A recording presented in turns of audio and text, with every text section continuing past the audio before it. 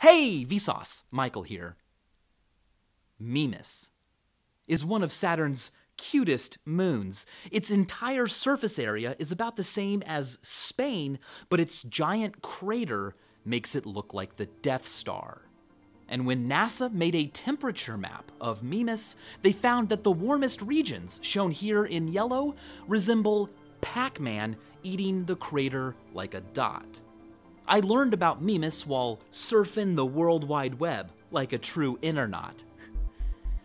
But the web and the internet are different things. The World Wide Web and the internet have names that are similar shapes, but they catch different things. And as we will see, surfing the World Wide Web is radical, but it's also apropos. Metaphorically speaking, the web is pretty wet. Before the web existed and before the internet existed, there were computers, but they were big and lonely. They couldn't really talk to one another. I mean, sure, you could connect similar pieces of hardware that spoke similar protocols, but that was just a network. To connect disparate global machines, you would need a network of networks. And in the 1960s, a bunch of brilliant minds collaborated on just such a thing.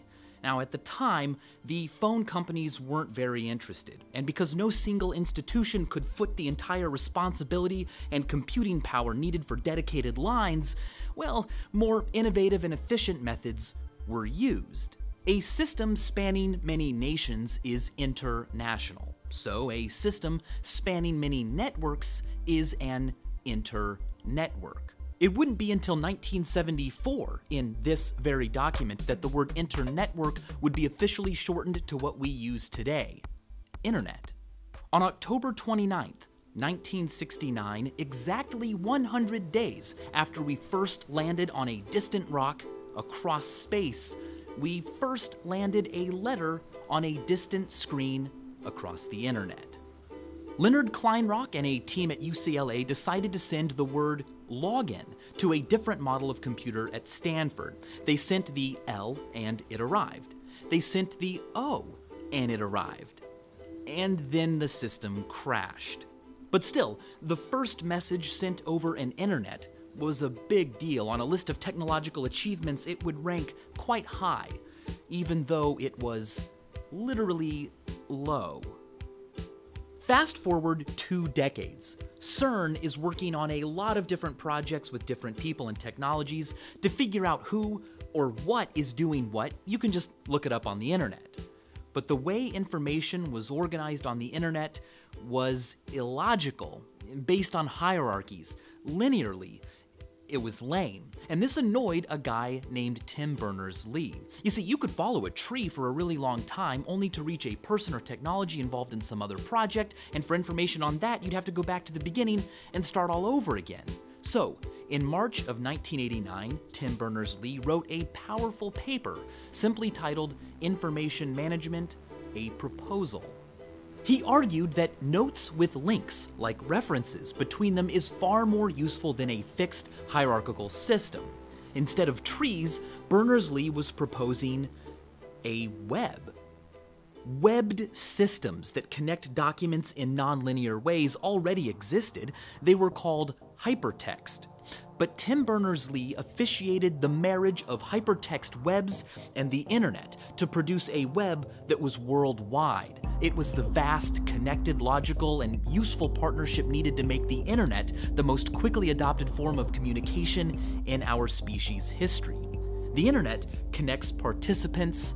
The web connects information, specifically hypertext documents accessed via the internet.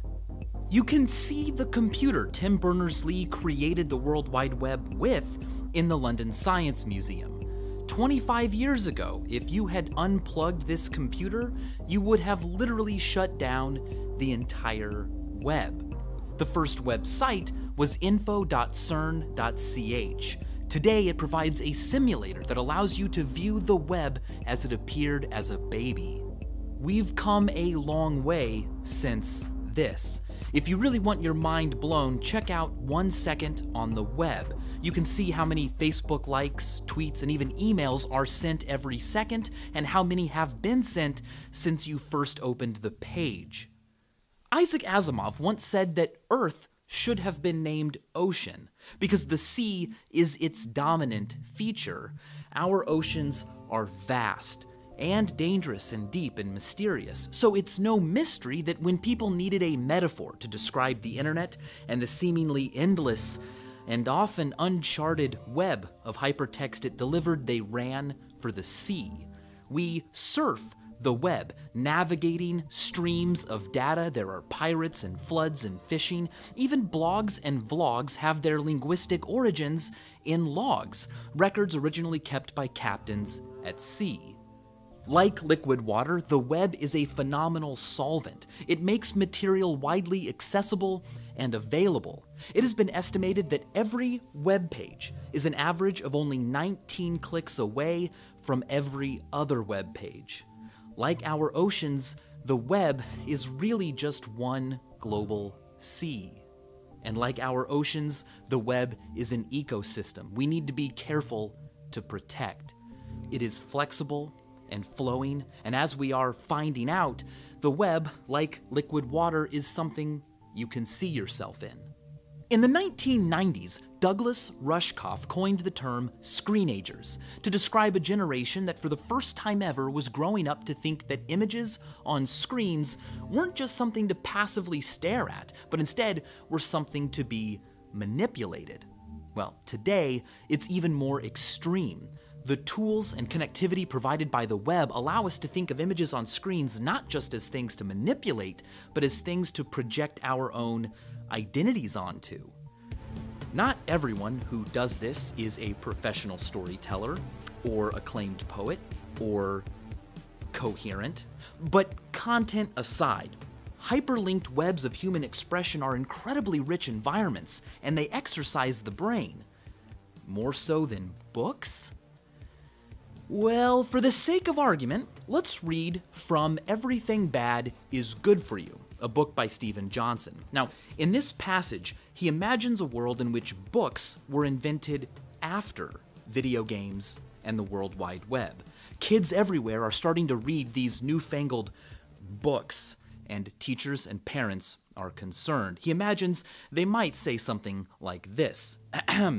Perhaps the most dangerous property of these books is the fact that they follow a fixed linear path. You can't control their narratives in any fashion. You simply sit back and have the story dictated to you. For those of us raised on interactive narratives, this property may seem astonishing. Why would anyone want to embark on an adventure utterly choreographed by another person? But today's generation embarks on such adventures millions of times a day. Reading is not an active participatory process, it's a submissive one. The book readers of the younger generation are learning to follow the plot instead of learning to lead. Interesting. But you might be thinking, come on, Michael, you can't set content aside that easily. What about all the dumb and superficial stuff the web propagates? I mean, surely a lot of it is just completely useless. We're humans after all, we should be valuing reason. Maybe, but is that really what makes us special? As Unamuno said, more often I have seen a cat reason than laugh or weep. Perhaps it weeps or laughs inwardly, but then perhaps also inwardly a crab resolves equations of the second degree. What if cheap laughs and sappy poems and gossip and whining and drama and selfies really are the most human thing the web has allowed us to do? That's deep, but not as deep as the deep web, the hidden web, the part of the web invisible to search engines.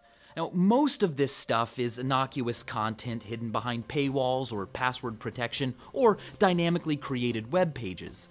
But we haven't even indexed this stuff, and it's not 1% of the web, it's not 10%, it's 80% of the entire World Wide Web.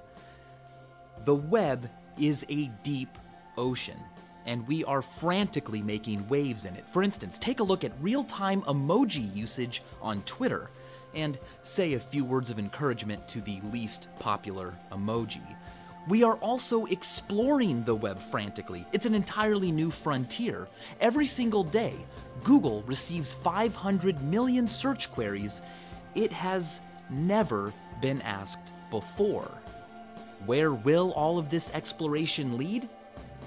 Who knows?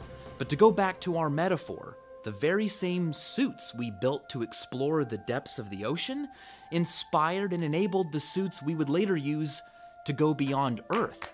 So keep exploring, keep surfing, and as always, thanks for watching. Hey!